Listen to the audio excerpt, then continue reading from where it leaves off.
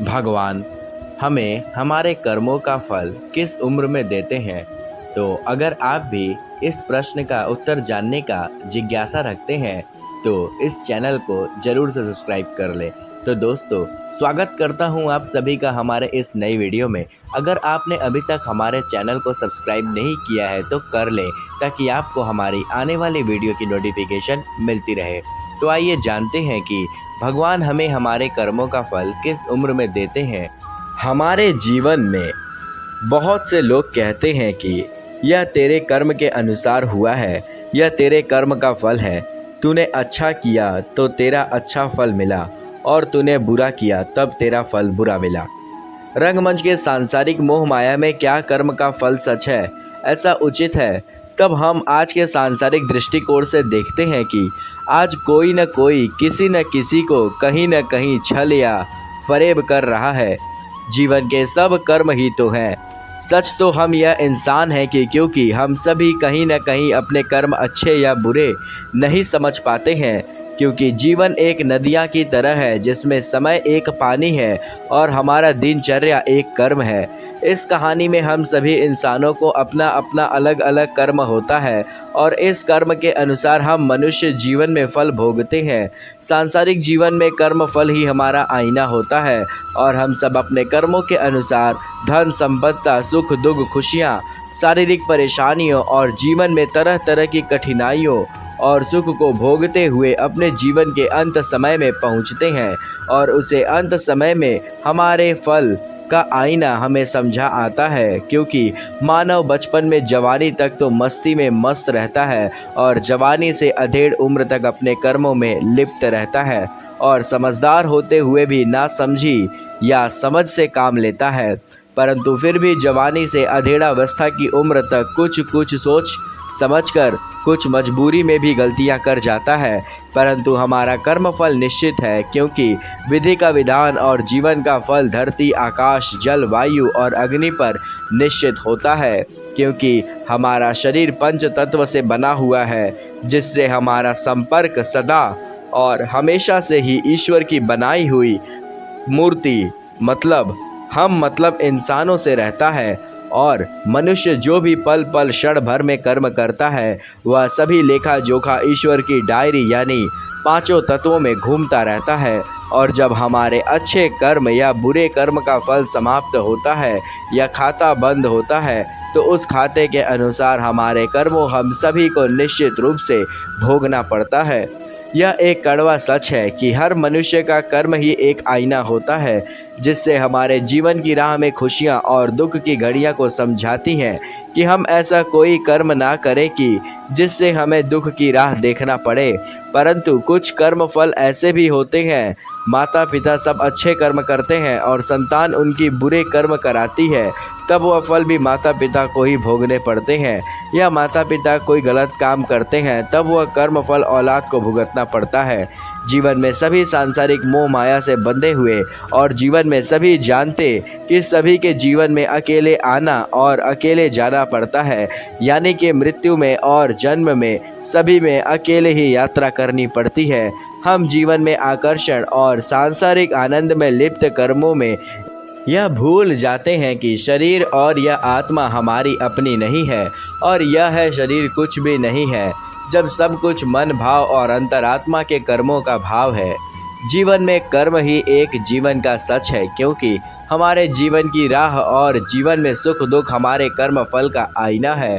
सच तो आज कलयुग में कुछ भी नहीं है, क्योंकि हम अगर अपने ग्रंथों, अपने वेदों को उठाकर देखें, तब हम सच को पहचान सकते हैं। युग में हर प्राणी अपने कर्मों के फल तो खुद ही भोगता है। द्वापर, सतयुग, त्रेता और कलयुग, हम सभी युगों में अपने कर्मों के फल को भोगते आए हैं। और कलयुग में हम तीनों युगों की गाथाएं पढ़ते हैं, जिसमें भगवान की लीलाएं और भगवान के वनवास के साथ साथ महाभारत आदि में दिखाया गया है भाइयों भाइयों में युद्ध। यह सब प्रभु की लीला और कर्मों का फल है, और हम सभी भी कर्मों के फल को देखते हुए जीवन को पूर्ण करते हैं। यही जीवन का अंत या सुखद अंत है, जीवन का पूर्ण विराम कहें। बस कहानी कर्म के जीवन का आईना है। यह कर्म फल ही हम सब का आईना होता है। सुख दुख की विषमता संसार की विशेषता है। जिस ओर दृष्टि जाती है तो कोई सुख और कोई दुख दिखाई देता है। दुखी कोई भी नहीं रहना चाहता, सभी सुख रहना चाहते हैं, उसके लिए प्रयत्न भी करते हैं, कभी सफल तो कभी असफल भी होते हैं। सुखी से सुख कारण पूछिए तो उसे परमात्मा की कृपा भाग्य का फल बतलाएगा। दुखी से पूछिए तो वह उसका कारण भगवान का कोप और दुर्भाग्य का दोष बताएगा। इस प्रकार के विपरीत कथनों पर विश्वास करने वालों पर यह समझ नहीं पड़ता कि परमात्मा भी मनुष्यों के प्रति असमानता की दृष्टि रखता है। वह किसी को सुखी तथा किसी को दुखी बनाया करता है। इससे उसकी समदृष्टता पर आक्षेप आता है। क्या यह बात विश्वास करने योग्य हो सकती है कि परमात्मा असमदर्शी है? वह मनुष्यों में भेदभाव बरताता है। कोई भी बुद्धिमान व्यक्ति इस अनर्गल बात की हामी नहीं भर सकता। प्रभु समदर्शी है, वह सबका पिता है, उसे अपने सभी पुत्र समान रूप से प्यारे हैं। वह किसी के बीच भेदभाव नहीं बरताता, सबको समान दृष्टि से देखता है और सब पर सम्मान कृपा रखता है। उसे असमानदर्शी कहना अथवा भेदभाव बरतने वाला मानना उसकी महिमा, उसकी गरिमा और उसके ऐश्वर्य के प्रति धृष्टता करना, जो किसी भी नहीं करना चाहिए। अपने सुख और अपनी अच्छी बुरी परिस्थितियों का कारण मनुष्य स्वयं है, परमात्मा अथवा अन्य कोई व्यक्ति, शक्ति अथवा वस्तु नहीं है। उदाहरण के लिए लौकिक पिता को ही ले लीजिए। वह अपने सभी लड़कों को समान रूप से चाहता है, प्यार करता है और वस्तुएं देता है, किंतु उनमें से एक लड़का बीमार रहता है तो इसका कारण क्या यह माना जा सकता है कि इसलिए वह दुखी या विवर्ण है कि उसके पिता की कृपा दृष्टि नहीं है? भला ऐसा कौन समझदार हो सकता है जो उस लड़के के दुख में पिता की दृष्टि को हेतु बताए? स्पष्ट है कि उस लड़के ने अपनी असंभव तथा अकर्मों से ही अपने लिए वह दुखद स्थिति उत्पन्न की है। उसमें उसके पिता का रंग मात्र हाथ नहीं रहता। पिता चाहता है कि उसका पुत्र सुखी रहे, स्वस्थ रहे, किंतु अब तब तक उसकी इच्छा यह पूरी नहीं हो सकती जब तक वो लड़का उन परिस्थितियों के अनुरूप अपने कर्मों को सुधार नहीं करेगा, क्योंकि मनुष्य का सुख दुख उसके अपने कर्मों का ही फल है, जो कि निश्चय ही योग्य है, उसको बदला नहीं जा सकता है। मनुष्य अपने दुख का उत्तरदायित्व स्वयं है, उसका दोष दैव्य दुर्भाग्य अथवा परमात्मा का देना योग्य नहीं। प्रारंभ है कि आसक्ति, हानि, लाभ और जो देवी अनुग्रह या कोप समझते जाते हैं, वस्तुत्व मनुष्य के लिए अपने कर्म ही होते हैं। उसका कारण कोई बाहरी व्यक्ति, परिस्थिति, गृह, नक्षत्र अथवा देव दानव नहीं होता है। पुनर्जन्म में मनुष्य जो शुभ शुभ कर्म किया करता है, उसका परिपापिक ही वर्तमान जीवन में प्रारंभ बनकर सामने आता है। जिसने सत्कर्म किए रहे होते हैं, उसका प्रारंभ सुख संपत्ति के रूप में प्रत्यक्ष होता है। इसके विपरीत जिसने अपकर्म तथा पाप कर्म की गठरी बांधी, वह दुख दरिद्र के रूप में सामने खुलता है। मनुष्य अपने सौभाग्य अथवा दुर्भाग्य का निर्माता अपने आप ही है। उसका श्रेय अथवा दोष किसी दूसरे को देना भूल है। मनुष्य अपने सुख दुख का उत्तरदायित्व अपने आप ही है। यदि इस सत्य को अतर्क भाव से स्वीकार हृदयंगम कर लिया जाए तो मनुष्य अपने पर, अपने आचार विचार, अपने आहार विहार और व्यापार और व्यवहार पर विचार कर सकता है। अपने अंदर अपनी कमियों एवं त्रुटियों को खोज सकता है और यदि वे कोई नहीं तो उन्हें सुधार सकता है।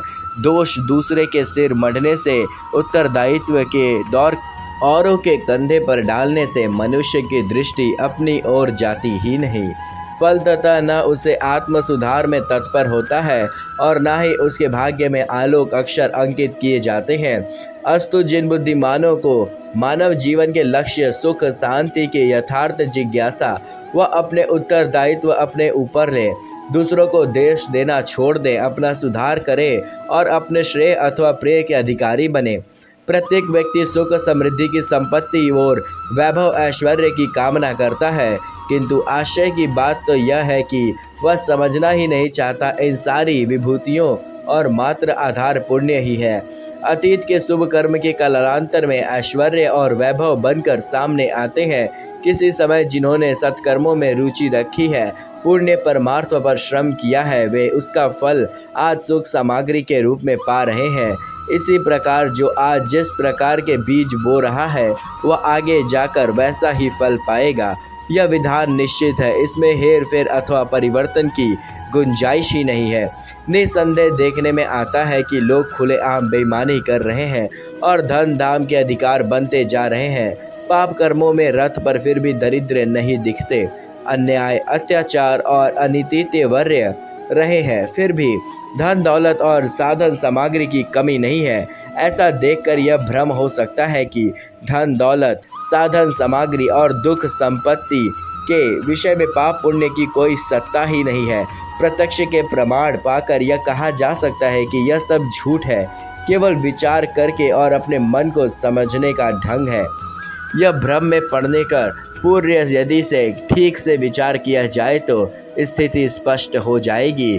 पाप कर्म अथवा अनुचित कार्य करते हुए सुखी और संपन्न दिखाई देते हैं, उसका यह अर्थ नहीं है कि उनकी इन संपत्ति सामग्री और संबंध वर्तमान कर्मों से ही है। उनके पास आने वाली संपत्ति पूर्व कर्मों का प्रतिफल है और आज के कर्मों आगे से उपकर्म है जो कालांतर में फलीभूत होने ही है। यदि ऐसा न होता तो वर्तमान में प्रत्येक व्यक्ति का प्रत्येक कर्म का एक समान ही फल मिलता, जबकि धन वैभव के लिए आब गर्म अपनाने वाले अनेक अन्य लोग दीनहीन और दरिद्र ही रह जाते हैं। इसी प्रकार अनेक सत्यव्रती धनी और उनके निर्धन दिखाई देते हैं। इस विभिन्नता, विषमता तथा विपरीतता का कारण पूर्व कर्मों का प्रभाव ही कहा जाएगा। कर्म विपाक के इस सूक्ष्म एवं दार्शनिक विवेचक को छोड़कर यदि इस विषय को स्थूल एवं प्रत्यक्ष रूप से देखा जाए तो भ्रम और भी अधिक स्पष्ट हो जाता है। अपकर्म है वह आदि अंत और वर्तमान तीनों कालों में दुखदायी होता है। एक बेचैनी पैदा होने लगती है, उसका विवेक बार बार धिक्कारता और भर्त्सना करता रहता है। मनुष्य सुख चैन की नींद खो देता है। उसकी अंतरात्मा बार बार पुकार करती है कि तेरा यह संकल्प, यह विचार, यह भाव उचित नहीं, इनकी पूर्ति कर, तेरे लिए अकाल या परिस्थितियाँ पैदा करेंगी। पाप कर्म के लिए मनुष्य का यह आदि अंत दीर्घ कितना दुखद, कष्टकार तथा मानसिक क्षय करने वाला होता है, इसको तो कोई भक्ति योगी ही बदल सकता है। जब मनुष्य अपनी अंतरात्मा की आवाज़ दबाकर प्रत्यक्ष रूप में पाप कर्म में प्रवृत्त होता है, तब उसे थोड़ा कष्ट नहीं भोगना पड़ता। समाज से छिपने एक झूठे को छिपाने के लिए 100 झूठ के मढ़ने, राजदंड से डरने, अपशय, अपवाद और कलंक से बचने के लिए प्रयत्न करने के लिए कितना कष्ट होता होगा, इसका अंदाज़ा लगाया जा सकता है। क्या कभी बेईमानी के धन कमाने, संपत्ति सामग्री बनाने वाले किसी ने सुख चैन की श्वास लेते देखा है? क्या किसी ढंग चोर अथवा डाकू को किसी के अपहरण की किसी वस्तु को निश्चिंत होकर भोगते देखा है? चोरी का माल उसकी छाती पर बैठे सर्प की तरह है जो उसे हर समय डराता रहता है। पाप कर्म खुलते हैं, कचहरी, पुलिस, जेल आदि का दंड भुगतना ही पड़ता है। लोक अपवाद और लांछना की आग में जलन पड़ता है और बहुत बार तो बेईमानी की कमाई घर की संत संपत्ति को डुबाकर दरिद्र बना देती है। साहूकार बनकर भी अनुचित मार्ग पर साधना संपत्ति कमाने वाले वास्तव में चोर बना रहता है। उनकी सारी वृत्तियां चोर जैसी ही निष्कृष्ट एवं निम्न कोटि की हो जाती हैं।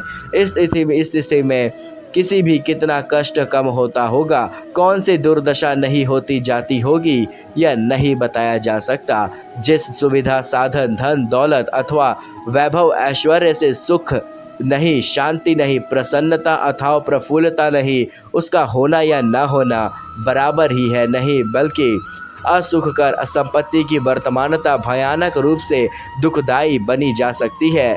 पाप अपने स्वभाव के अनुसार अपने आश्रयदाता को न केवल इस जन्म में ही खाता रहता है, बल्कि वह जन्मांतरों में साथ लगा हुआ परलोक को नष्ट कर देता है। इस प्रकार ब्रह्मवश पापी को बाहर से भरा पूरा देखकर अपकर्म का समर्थन करना भारी भूल।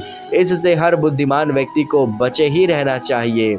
सत्कर्मक लोक परलोक, जन्म जन्मांतर, सभी जगह और आदि मध्य व अंत तीनों कालों में सदा सुखकर ही होता है।